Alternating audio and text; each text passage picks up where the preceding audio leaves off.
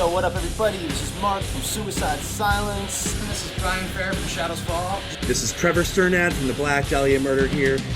Yo, this is Gary Hall from Exodus and recently retired from Slayer, and Hello, this is Becky Boulder from Hamburg Grapple and Fury. Hey, this is Charlie with Anthrax. I just want to give a shout out to Pedal to the Metal Radio, the podcast. The podcast to get all your rock and metal news plus reviews. Keep it metal. Pedal to the Metal Radio, motherfuckers!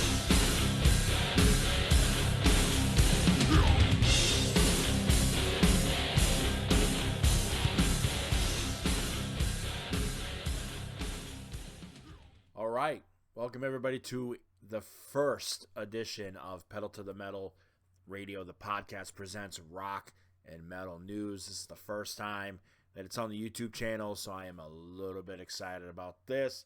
So welcome. We've got a lot of stories to get into today. Not a lot, but a good chunk. First one, such a cool story. People are always saying, does metal really save lives? Let's check out this video. I was walking home the night of the 4th of July when a guy started following me. And he followed me around 3 corners. And he was trying to talk to me. He was on a bike. He was circling around. And he kept saying, why don't you want to talk to me? Why don't you want to talk to me? And I just kept walking calmly and I didn't say anything. By the time we got to the 3rd corner, it would have been apparent that we were making a loop. So now I was faced with the decision, right? And that's when I actually got mad. I was not afraid. I knew I could take him. So we're at this street corner. That's when he biked in front of me, stopped his bike in the middle of an intersection, and there wasn't much traffic. And there was only a few people around. And he looks me dead on and he says, "Where do you live?" And that's when I get mad. And little did he know that I am a death metal vocalist. And I literally stopped, turned toward him, full body square, and I shouted in my best death metal growly voice the chorus to the song by Kittie, Raven. And the chorus is, "Get away from me, stay the fuck away from me, get away from me, stay the fuck away from me." And I started chanting this at him in death metal growl voice, and then I added, "Stop following women on the street, stop following women on the street, stop following women on the street." There you go. She used it, and here's what Kittie had to say as they released a statement. They said, "It's wonderful to hear that the mantra, 'keep away from me, stay the fuck away from me,' is still useful and valid 25 years after the fact. I love it. I'm so glad that this person is okay, and I'm so glad that the stalker, the man that was harassing them, was deterred and took off." She would go on to say that the song they referenced that they used to deter the stalker was also from personal experience themselves, when Kittie had to deal with some awful stalkers who were throwing bomb threats and all sorts of things right at them, according to Morgan. So, crisis averted. Remember, girls or ladies or whatever around the world, just sing a Kittie song. You'll be fine. In other news, this is news that I don't really like reporting on, but obviously, as we know, Hatebreed member Wayne Lozinak is not in the group right now as we speak. He's going to have to go through some surgery. They were going to remove a tumor that I believe he stated is right behind his ear, but he's released some statements, and he said, "Hello, just wanted to give another update for those that are interested. First off, I still feel fine. Haven't had any episodes again like the first one I had after Download Fest, so that's good. Also on medication at the moment. That's supposed to help with that not happening again. Second, I have a few more appointments at the medical offices to get ready for surgery, which is scheduled for August 4th. I'll be getting a craniotomy, which they basically would be cutting into my skull over my left ear, taking the tumor out, then patching everything back up, something like that. You can Google more on it if you'd like to know what it actually involves. if you want. Not sure how long it will take to recover, but they said probably will be a minimum of at least 6 weeks. It's different for everyone, so only time will tell. But I will be back out there as soon as I feel like I can. And of course, if they want me, if they tell me it's safe to do so, we'll keep you informed as the time approaches. Thank you all again for the amount of positivity being thrown my way. It feels good and is really appreciated.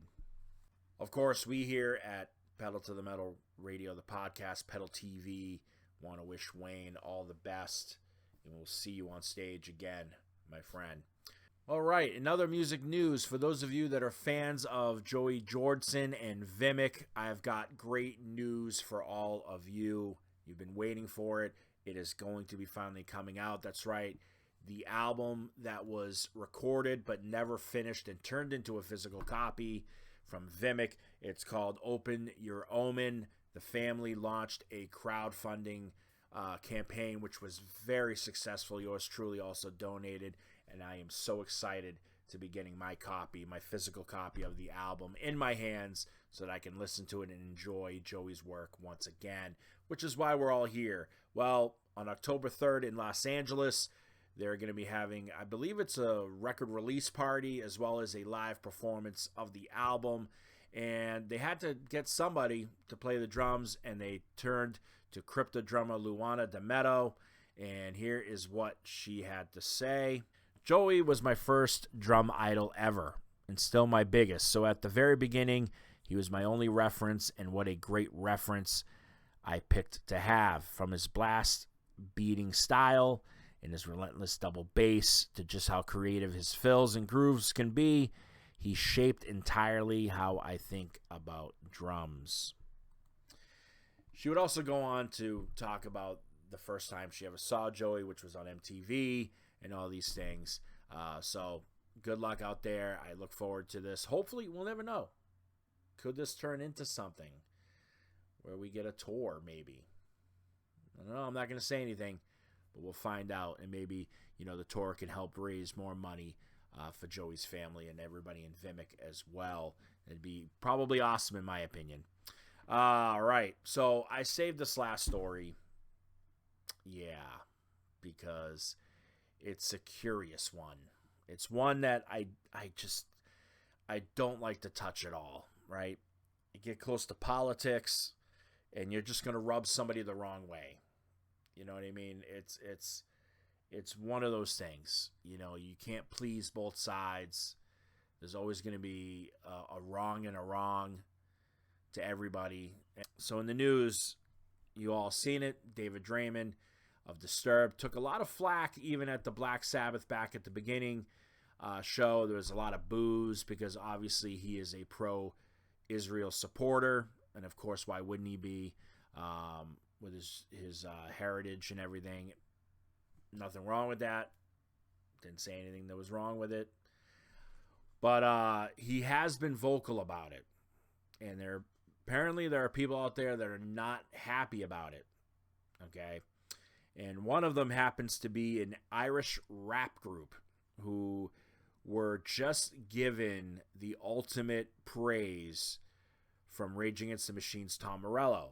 Now, Tom Morello has stated that they are this generation's version of Rage Against the Machine, which David Draiman basically did not like. He took it back to it and basically said all sorts of things to Tom Morello, to which Kneecap, which is the name of the Irish group, again, has responded, and they've released a statement. We don't care what religion anyone is, or if they've won at all. We love all sound cunts, smiling and signing bombs dropped to murder kids and other people's families just makes you a straight-up cunt. Simple as free Palestine. Okay, what they're talking about is there's a picture, and you can see it in the statement, and I purposely included it in there for context of what they're talking about. David apparently signed a bunch of missiles that were going to be launched to Hamas, and Kneecap basically took offense to it And it's basically saying there are innocent lives that are being taken. You know, and David Draiman himself released his own statement. That's right. He said, here's the thing, and I'll speak to you in small words so you understand. That shell was meant for Hamas.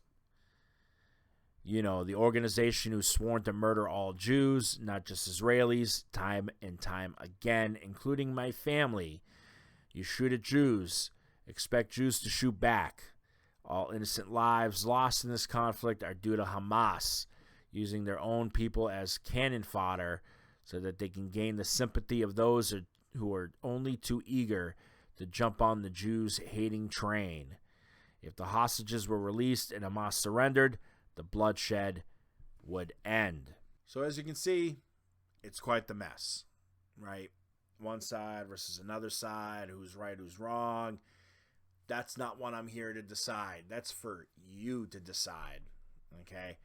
I'm not going to speak on it because not my place to. That's all I'm going to say.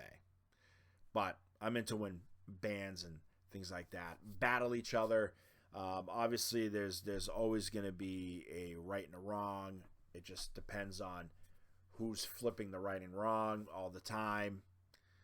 It is what it is. Can't we all just get along?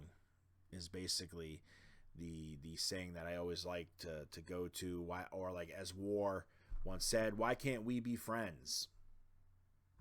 What the hell? That's going to do it for the first edition of Rock and Metal News. Hopefully you have all enjoyed. If you can, please subscribe to the channel for more content as we try to make it humanly possible. Pretty much statement here, podcast is probably not coming back. So whatever many episodes were made, that's probably it. It hasn't been set in stone. But as I'm moving to this YouTube format, that end is probably done and gone. We'll see as it goes. But for now, tune into this channel, subscribe, so that you can get all the content that you were used to right here on Pedal TV. I will see you all next time. Stay metal.